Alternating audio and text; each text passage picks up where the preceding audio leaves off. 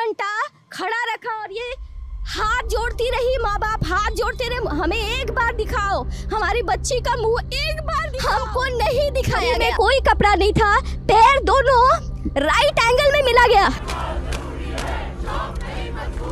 पश्चिम बंगालमधील कोलकाता येथील आरजी कार मेडिकल कॉलेजमधील प्रशिक्षणार्थी डॉक्टरवर झालेल्या क्रूरतेने सर्वांनाच हादरवून सोडले।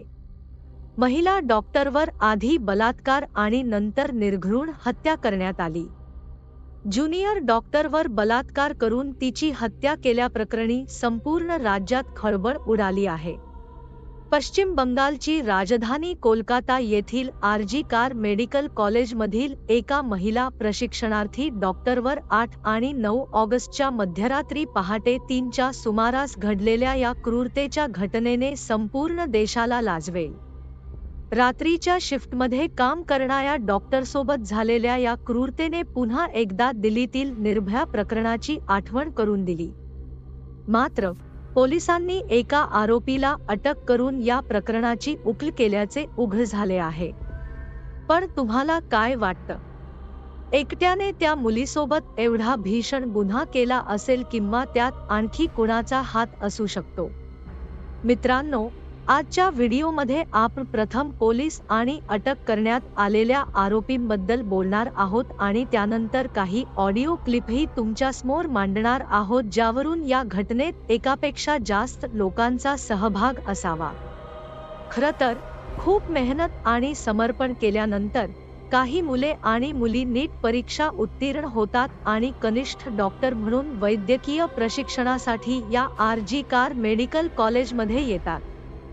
आणि याच कॉलेजमध्ये एक मुलगी होती जी खूप कष्टाने शिकली, कारण तिच्या आई वडिलांचे स्वप्न होते की त्यांची एकुलती एक मुलगी शिकून डॉक्टर व्हावी आणि मुलीचे स्वप्न होते की मी माझ्या आई वडिलांचे स्वप्न पूर्ण करावे आणि त्यांना ही संधी द्यावी। गरिबीच्या दलदलीतून बाहेर पडा, कारण त्या मुलीचे गरीब वडील कोलकात्यापासून दूर उत्तर 24 परगणा येथे राहत होते। त्यांच्या कुटुंबात फक्त 3 लोक होते। ती ज्युनियर डॉक्टर मुलगी, तिची आई आणि तिचे वडील। तिचे वडील आपले घर चालवण्यासाठी आणि आपल्या मुलीला शिक्षण देण्यासाठी मुलांचे शालेय गणवेश विकायचे आणि शाळेचे गणवेश विकून ते आपले घर चालवत होते आणि आपल्या मुलीला शिक्षण देत होते। त्यांच्या मुलीनेही हळूहळू MBBSचे शिक्षण पूर्ण केले। MBBS केल्यानंतर ती आता आरजी कार मेडिकल कॉलेजमध्ये PGच्या द्वितीय वर्षाची विद्यार्थिनी होती। आता त्याच्यासमोर एक सुंदर करिअर होते, म्हणजेच लहानपणापासून तिचे आईवडील जे स्वप्न पाहत होते ते पूर्ण होणार होते। त्यांची मुलगी डॉक्टर होणार होती आणि त्यांच्या घरची परिस्थिती आता बदलणार होती। पण अचानक 9 ऑगस्टच्या सकाळी त्याच्या सर्व स्वप्नांचा चुराडा झाला। सकाळी त्यांच्या कुटुंबियांना मुलीच्या मृत्यूची बातमी मिळाली, ज्यांच्याशी त्यांनी 8 ऑगस्टच्या रात्री फोनवर बोलले।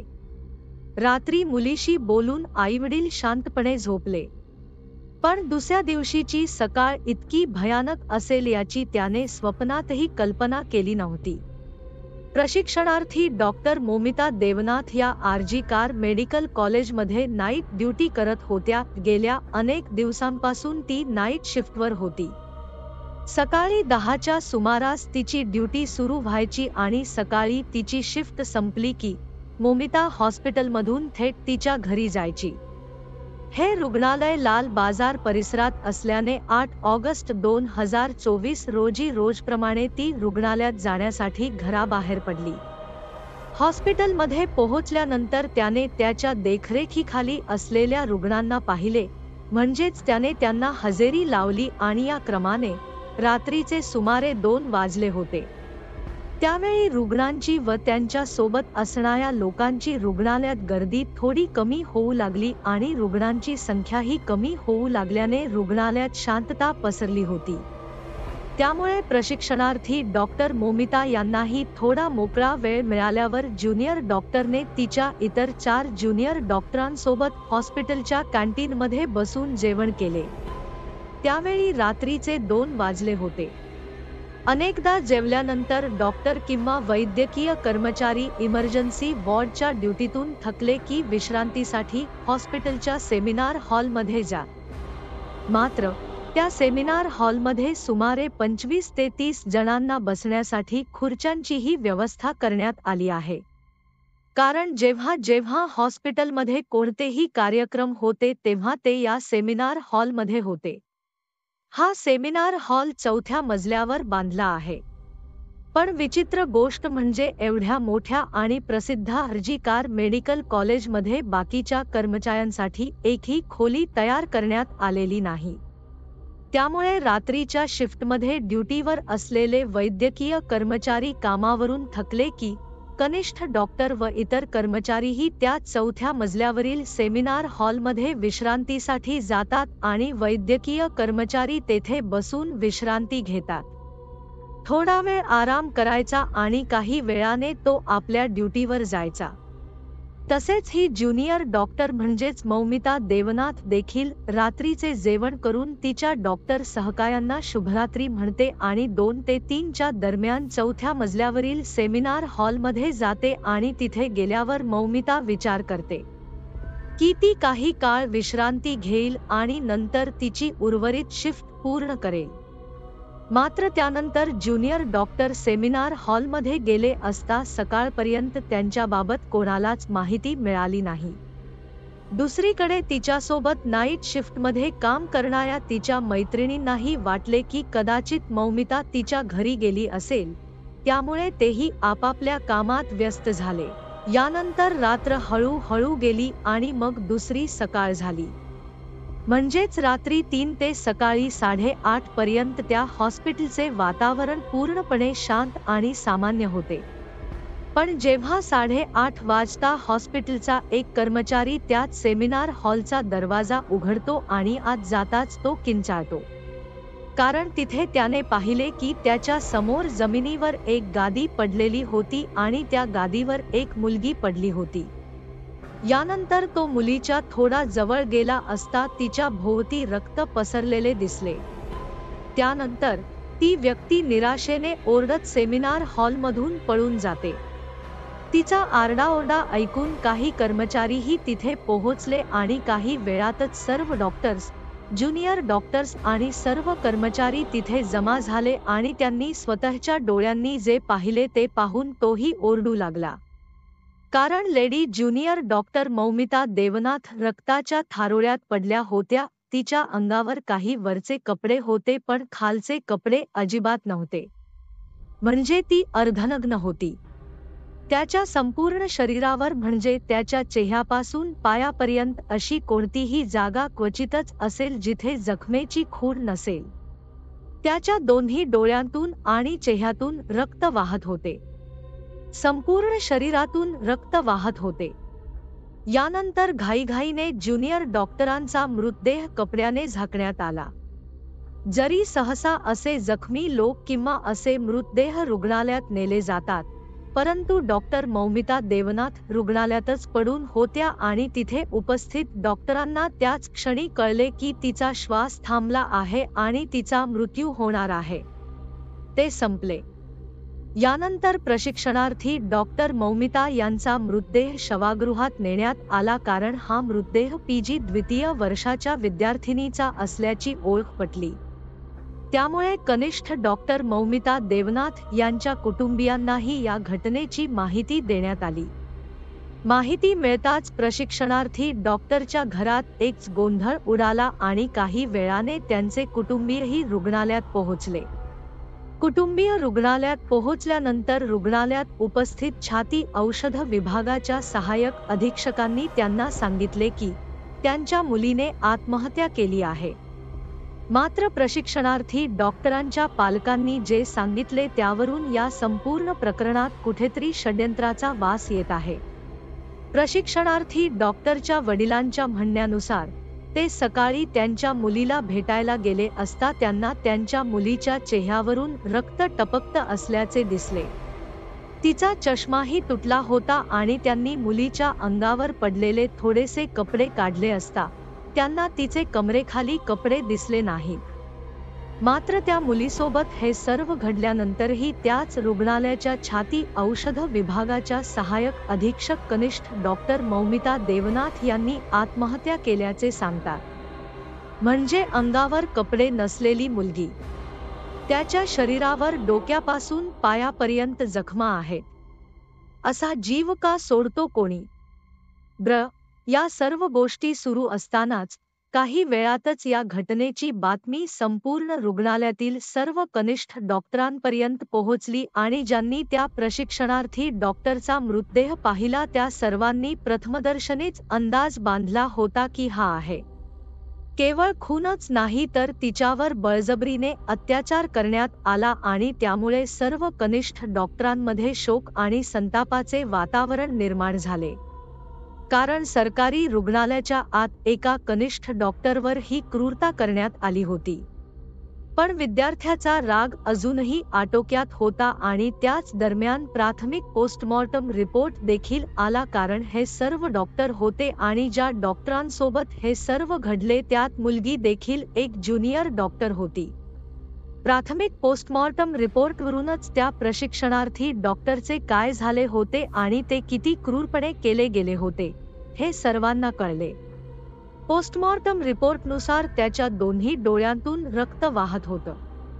त्याच्या तोंडातूनही रक्त वाहत होते. प्रशिक्षणार्थी डॉक्टरच्या प्रायव्हेट पार्टमधूनही रक्तस्राव होत होता. त्याच्या पोटाला गंभीर दुखापत झाली होती. त्याचा डावा पाय मोडला. त्याची मानही तुटली. उजवा हात मोडला. त्याची अनामिकाही तुटली. ओठांना जखमा झाल्या होत्या आणि ओठातून रक्तही वाहत होते.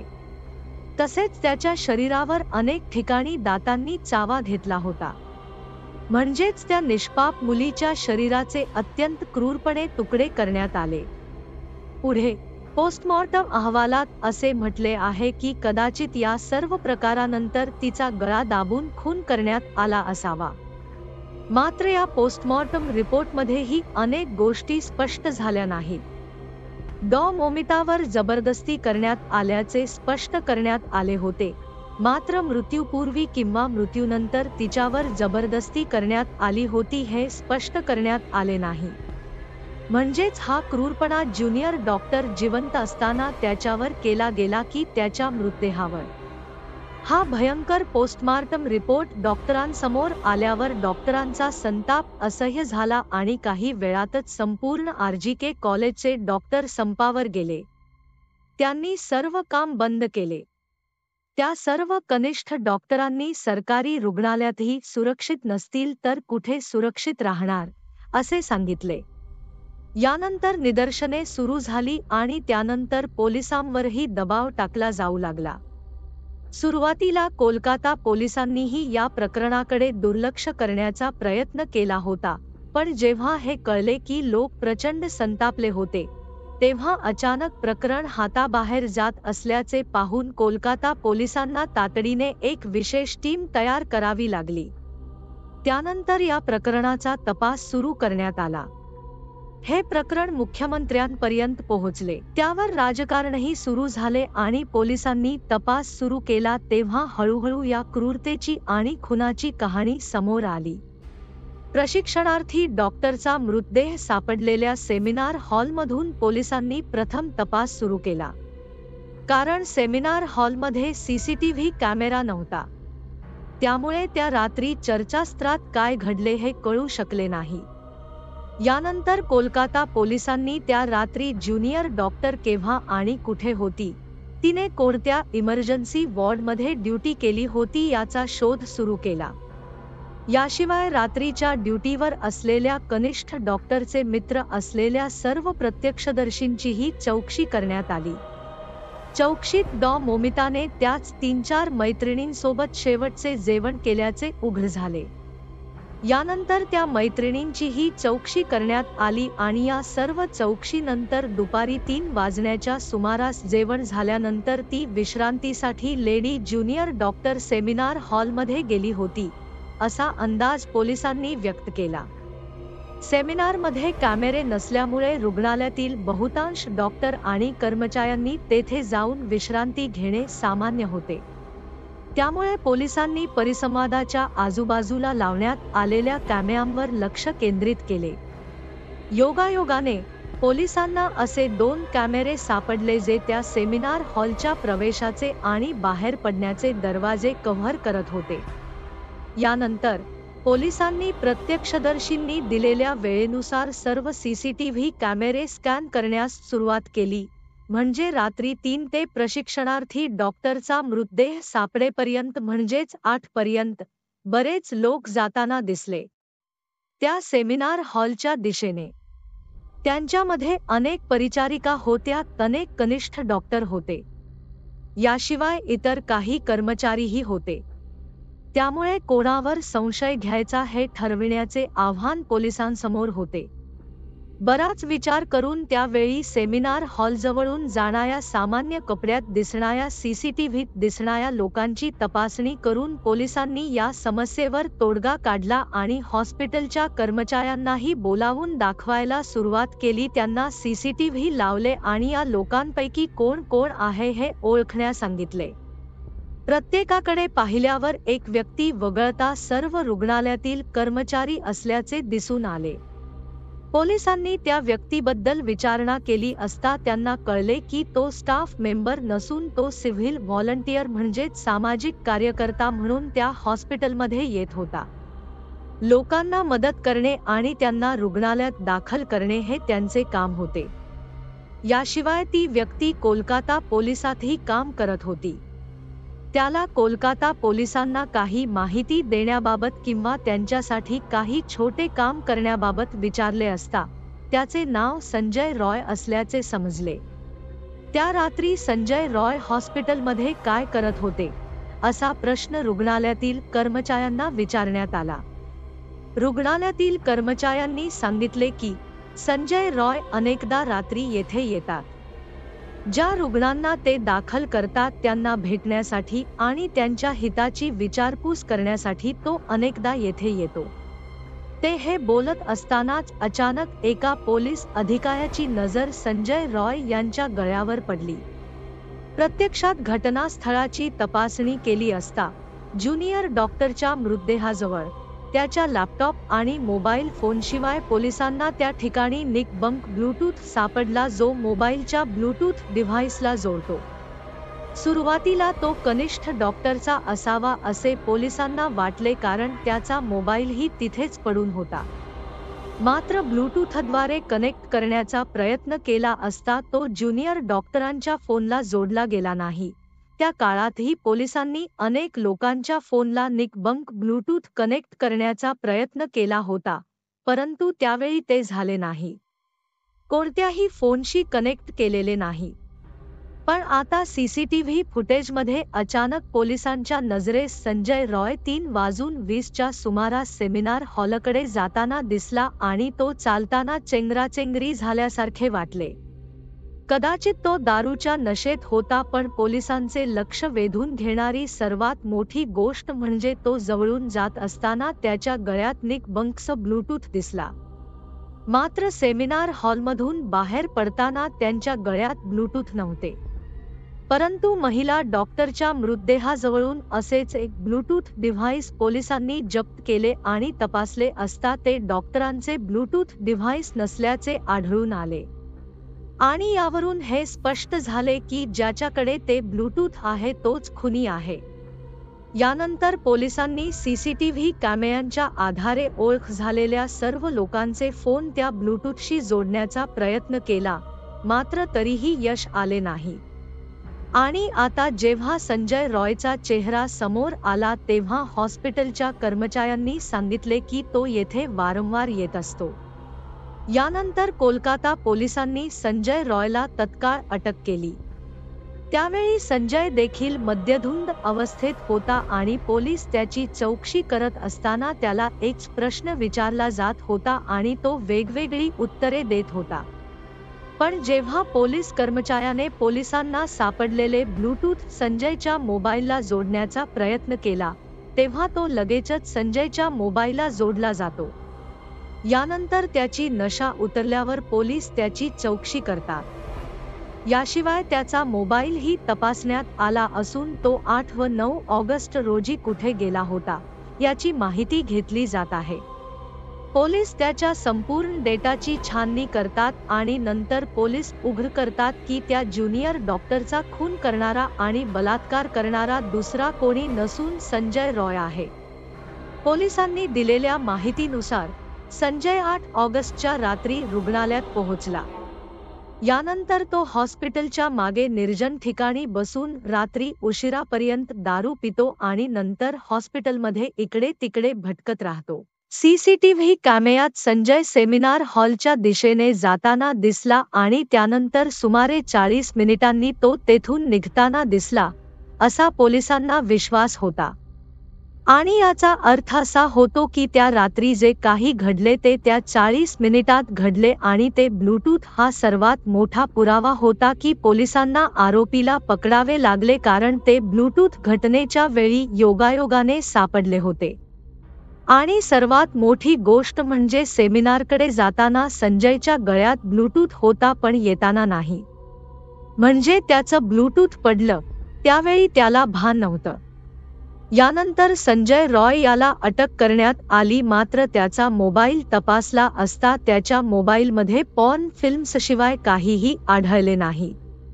यावरून त्याची मानसिकताही दिसून येते की दारूबरोबरच त्याला पॉर्न फिल्म्स पाहण्याचेही व्यसन आहे आणि तो इतका दारू पितो की त्याचे भान राहत नाही. यानंतर त्याची कौटुंबिक पार्श्वभूमी तपासली असता त्याला आई आहे मात्र तो आईची काळजीही घेत नसल्याचे आढळून आले. त्याला एक बहीणही आहे पण त्याच्या वाईट सवयींमुळे बहिणीचा त्याच्याशी काही संबंध नाही. संजय रॉयने 4 वेळा लग्न केले होते, त्यापैकी 3 बायका त्याच्या वाईट सवयी आणि कृत्यांमुळे त्याला सोडून गेल्या तर चौथी पत्नीचे वर्षभरापूर्वी काही आजाराने निधन झाले होते. अनेक लोकांना आणि नातेवाईकांना वाटले की तो पोलिसात काम करतो कारण त्याने सर्वांना सांगितले होते की तो पोलीस खात्यात आहे, तर तो पोलिसांसाठी खबरदार म्हणून काम करायचा. येथे संजय रॉयला अटक केल्यानंतर कोलकाता पोलिसांनी या प्रकरणाची उकल झाल्याचा खुलासा केला. मात्र आता या संपूर्ण घटनेत तो एकटाच होता का याचाही तपास करत आहेत. कारण आरजी कार कॉलेजच्या सर्व ज्युनियर डॉक्टरांनी सांगितले की डॉक्टर मौमिता वेदनाथ ही एक आश्वासक मुलगी होती तर संजय राय एक पातळ व्यक्ती आहे आणि सर्वात मोठी गोष्ट म्हणजे या क्रौर्यामध्ये संजय एकटाच नव्हता, त्याच्यासोबत इतरही बरेच लोक कारण त्यावेळी संजय इतका नशेत होता की त्याला नीट चालताही येत नव्हते. तर अशा परिस्थितीत त्याने एकट्याने प्रशिक्षणार्थी डॉक्टरवर जबरदस्ती केली होती का आणि हाच प्रश्न पोलिसांना विचारला असता एकट्या व्यक्तीने कनिष्ठ डॉक्टरांवर दबाव आणला असता का, तेव्हा पोलिसांनी उत्तर दिले की संजय हा उपस्थित होता. सेमिनार तिने ज्युनियर डॉक्टरवर जबरदस्ती करण्याचा प्रयत्न केला असेल पण ज्युनियर डॉक्टरने प्रतिकार केल्यावर संजयने तिला काहीतरी जबरदस्त मारले असावे ज्यामुळे ती बेशुद्ध झाली. त्याच क्षणी ज्युनियर डॉक्टरांचा श्वास थांबला असावा असे पोलिसांनी सांगितले. म्हणजे त्याच क्षणी तिचा मृत्यू झाला होता आणि डॉक्टरांच्या मृत्यूनंतरच संजयने तिच्यावर अत्याचार केला. कारण सर्व बाबींचा विचार करता ती जिवंत असताना तिच्यावर जबरदस्ती करणे संजयला शक्य नव्हते. किंवा दुसरा सिद्धांत असा की त्यात एकापेक्षा जास्त व्यक्तींचा सहभाग होता. पण आता प्रश्न असा आहे की जर एकापेक्षा जास्त व्यक्तींचा सहभाग असेल तर ते लोक कोण होते? ते हॉस्पिटलचे कर्मचारी होते की आणखी कोणी? किंवा त्या डॉक्टरचे स्वतःचे मित्र होते किंवा संजयसारखे अनेक दारुडे होते? पण या सर्व गोष्टी सुरू असतानाच अचानक सोशल मीडियावर एक ऑडिओ क्लिप व्हायरल झाली ज्यामध्ये या घटनेमागे काही मोठे राजकीय संबंध असल्याची चर्चा आहे. याशिवाय या संभाषणामुळे कोलकाता पोलीस आणि त्यांच्या तपासावरही गंभीर प्रश्न निर्माण झाले आहेत. ही ऑडिओ क्लिप बंगाली भाषेत असली तरी तुम्हाला त्याचे हिंदी भाषांतरही स्क्रीनवर लिहिलेले दिसेल. ते वाचूनही तुम्ही समजू शकता. हा हल्ला काहीसा असा होता. मात्र मध्यंतरी 8 आणि 9 ऑगस्टच्या रात्री पोलिसांनी चपळाई दाखवत अवघ्या 24 तासात कोलकात्याच्या सरकारी रुग्णालयात महिला प्रशिक्षणार्थी डॉक्टरसोबत घडलेल्या या क्रूरतेच्या आरोपीला अटक केली. मात्र आरोपी पकडल्यानंतरही सर्व प्रशिक्षणार्थी डॉक्टर न्याय मागण्यावर ठाम का आहे, असा सवाल आता उपस्थित होत आहे. आरोपी पकडल्यानंतरही डॉक्टरांचा राग का शांत होत नाही आणि आरोपी पकडल्यानंतरही सीबीआय चौकशीची मागणी का केली जात आहे आणि पश्चिम बंगालच्या मुख्यमंत्री ममता बॅनर्जी यांना स्वतःच्या पोलिसांना मुदत का द्यावी लागली. इतकेच नाही तर यानंतर टीएमसी नेते कुणाल घोष यांनीही त्यांच्या सोशल मीडिया प्लॅटफॉर्मवरून आणखी एक ऑडिओ क्लिप जारी करून खळबळ उडवून दिली आहे. ही ऑडिओ क्लिप जारी करताना कुणाल घोष यांनी लिहिले आहे की हा फोन कॉल देखील तपासाच्या कक्षेत आला पाहिजे, कारण या ऑडिओ क्लिपमध्ये 2 लोकांचे संभाषण आहे आणि या संपूर्ण संभाषणात तपासावर अतिशय गंभीर आरोप आणि प्रश्न उपस्थित करण्यात आले आहेत. प्रशिक्षणार्थी महिला डॉक्टर केले आहेत. कुणाल घोषने जारी केलेल्या या ऑडिओ क्लिपमध्ये आणखी एका व्यक्तीने या संपूर्ण प्रकरणात काही प्रभावशाली इंटर्न डॉक्टरांचा सहभाग असल्याचे सांगितले आहे आणि ती व्यक्ती आरोपीला वाचवण्यासाठी काही मोठे कट रचण्याचे संकेत देत आहे. या ऑडिओ क्लिपचा तपासात समावेश करण्याची मागणी कुणाल घोष यांनी केली आहे. मात्र त्याचवेळी या ऑडिओ क्लिपने पोलिसांच्या तपासावर आणि कारवाईवरही अनेक प्रश्न उपस्थित केले आहेत. आणि त्यामुळेच आज कोलकात्यासह संपूर्ण देशातील भावी डॉक्टर आपल्या सहकारी डॉक्टरांवर झालेल्या या क्रूरतेबद्दल रस्त्यावर उतरले आहेत. मात्र या प्रकरणात सुरुवातीपासून आतापर्यंत पोलिसांनी काय भूमिका घेतली यावर डॉक्टरांकडून अनेक प्रश्न उपस्थित केले जात आहेत. कारण ज्या प्रकारे अनेक वरिष्ठ अधिकाऱ्यांनी प्रशिक्षणार्थी डॉक्टरच्या कुटुंबियांशी संपर्क साधून तुमचा बंदोबस्त करा असे सांगितल्याने आता त्यांना कसा सेटल करायचा होता हे समजत नाही. यानंतर ज्युनियर डॉक्टरच्या कुटुंबियांनी उच्च न्यायालयात याचिका दाखल करून सीबीआय चौकशीची मागणी केली होती. त्यानंतर हे प्रकरण उच्च न्यायालयात पोहोचले. हायकोर्टानेही हे प्रकरण अत्यंत गांभीर्याने घेतले, कारण आता हायकोर्टाचाही पोलिसांवर विश्वास नाही, प्रशिक्षणार्थी डॉक्टरच्या कुटुंबियांनाही नाही आणि काही प्रमाणात संपूर्ण देशाच्याही पोलिसांवर विश्वास नाही. त्यामुळे कोलकाता पोलिसांनी काल सकाळी म्हणजे 14 ऑगस्ट रोजी हे प्रकरण सीबीआयकडे सोपवले होते. याचा अर्थ आता सीबीआय या प्रकरणाचा अधिक तपास करत आहे. सीबीआय बद्दल बोलायचे झाले तर याआधीही सीबीआयने अनेक प्रकरणांचा तपास केला आहे. पण सीबीआयलाही एवढ्या सहजतेने आणि इतक्या लवकर कोणतेही प्रकरण उघड करता येत नाही. हे प्रकरण अजूनही सुरूच आहे, पण आता सीबीआय या प्रकरणाचा तपास इतक्या लवकर करू शकेल का, की सुशांत सिंग राजपूत प्रकरणाप्रमाणे या प्रकरणाला स्थगिती देईल का, हा प्रश्न आहे. मित्रांनो, ही घटना ऐकण्याचा उद्देश कुणालाही दुखावण्याचा नाही, कोणाला त्रास देण्यासाठी नाही, तर तुम्हाला जाणीव करून देण्यासाठी. मित्रांनो, या संपूर्ण घटनेबद्दल तुमचे मत काय आहे, कृपया आम्हाला कमेंट बॉक्समध्ये सांगा आणि जर तुम्हाला आमची मेहनत आवडली असेल तर हा व्हिडिओ लाईक करा आणि शेअर देखील करा.